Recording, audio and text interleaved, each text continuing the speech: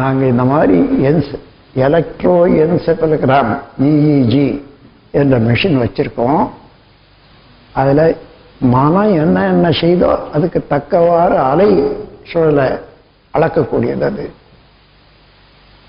நீங்கள் தயவு செய்து வாங்க, நான் பார்க்கணும் அதை. உங்களுடைய நீங்கள் தவறு செய்கிறீங்களே இல்லை, அதில் என்னென்ன நிலை அடையுது. போய் உட்கார்ந்த அப்போ தவநிலை எல்லாம் சொல்லணுமே. பக்கத்தில் உமா உட்கார வச்சுட்டு நீங்கள் ஆர்டர் கொடுமான்னு ஆக்கினையில் வரணும்னு சொன்னேன். சாதாரணமாக கொஞ்சம் நேரம் இருந்தோம். 14லேருந்து 40 வரைக்கும் இறங்க ஓடிக்கிட்டே இருக்குது. அதன் பிறகு ஆக்கினை என்று சொன்னா பாருங்க, அதை இறங்கி 8லேருந்து 13 வரைக்கும் ஓடுறதுல வரும். அதுக்கு ஒரு நிலை வச்சிருக்காங்க. 8 சுழலிருந்து 13 வரையில. இதை அவர்கள் ஆல்பா வேவ் என்று பெயர் வச்சிருக்காங்க.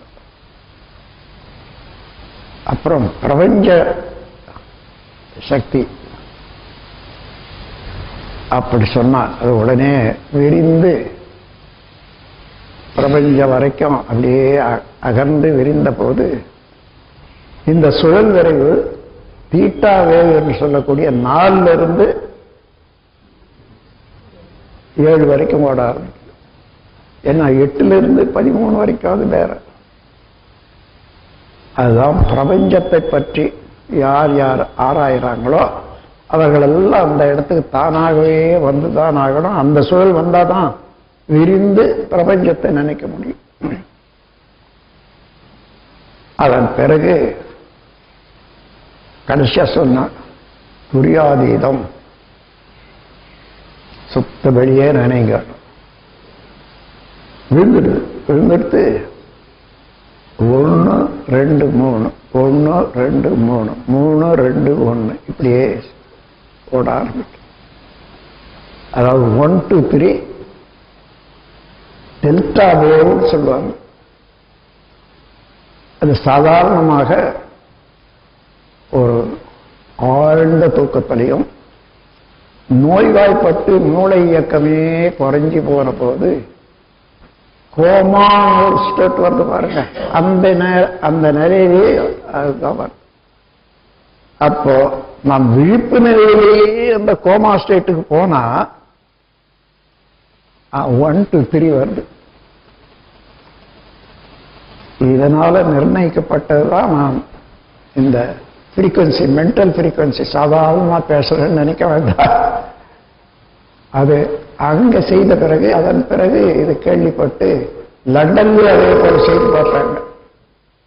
அதனால 2 இடத்துலையும் அந்த மென்டல் ஃப்ரீக்வன்சியை பற்றி தெரிஞ்சுக்கணும். அப்போ அதை வச்சுதான் சொல்றேன். இப்ப நாம் எங்க இருந்து வந்திருக்கோம்? முதல்ல 1 2 3 அதாவது இறைநிலையிலே இருந்து அதன் பிரபஞ்சமாக மாறின போது 4 to 7 விஞ்ஞானிகள் எல்லாம் அப்படி ஆராயிற போது அந்த இடத்துக்கு வந்துடுறாங்க. தானாக வந்துடுறாங்கன்னா இங்க என்ன நடக்குதுன்னு நீங்க தெரிஞ்சுக்கணும். எந்த இடத்துல அந்த இயற்கையானது அந்த அளவு சுழல் விரைவில் வந்த போது என்னென்னவாக அது மாறியதோ அதே பிறகு நிறைவு வருது பாருங்க. அவ்வளவுதான். யாரோ திட்டினாங்க, எனக்கு கோபம் வருது, உணர்ச்சி வயப்பட்ட நிலை, சுழல் விரைவு அதிகமாகும். அது இங்கே சுழல் விரைவாக இருப்பது மனம். மனதுக்கு அடித்தளமானது அறிவு என்பது இறைநிலையே தான். இங்கே என்னென்ன நடக்குதோ அந்த தாக்கம் எல்லாம் அங்கேயும் தாக்கம் உண்டாகுது. அது தன்மையாக மாறி போகுது. இதை விரைப்பறிவு என்று சொல்றோம். அவ்வளவுதான். வினை ஏதாவது செயல் செய்தால் அது பதிவாகிறது என்றன. இப்படித்தான் ஆகும். அன்பர்களே, அத்தகைய மனது உடையவர்கள் தான் நாம். இறைநிலைக்கும் போக முடியும், உணர்ச்சி வயப்பட்ட நிலையிலேயே இயங்க முடியும். ஆனால் ஒவ்வொரு இயக்கத்துக்கும் சுழல் விரைவு என்னது என்று இருக்கிறது.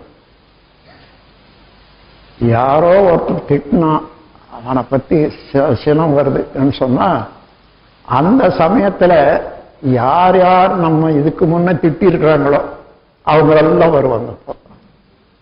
ஏன்னா அதே சுழல் நிறைவில் நடந்தது. அதனால அந்த நினைவெல்லாம் வரும்.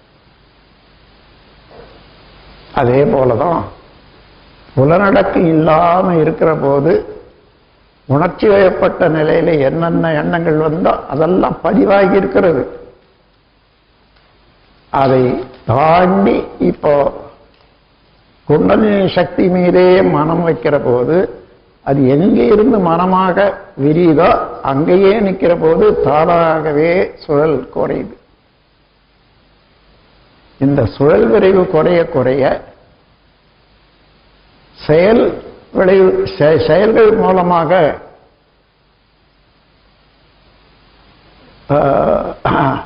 14 to 40 சைக்கிள் பர் செகண்ட் நடந்திருந்தேன். அதுல நடந்த நிகழ்ச்சிகள் எல்லாம் ஒண்ணுமே தெரியாது.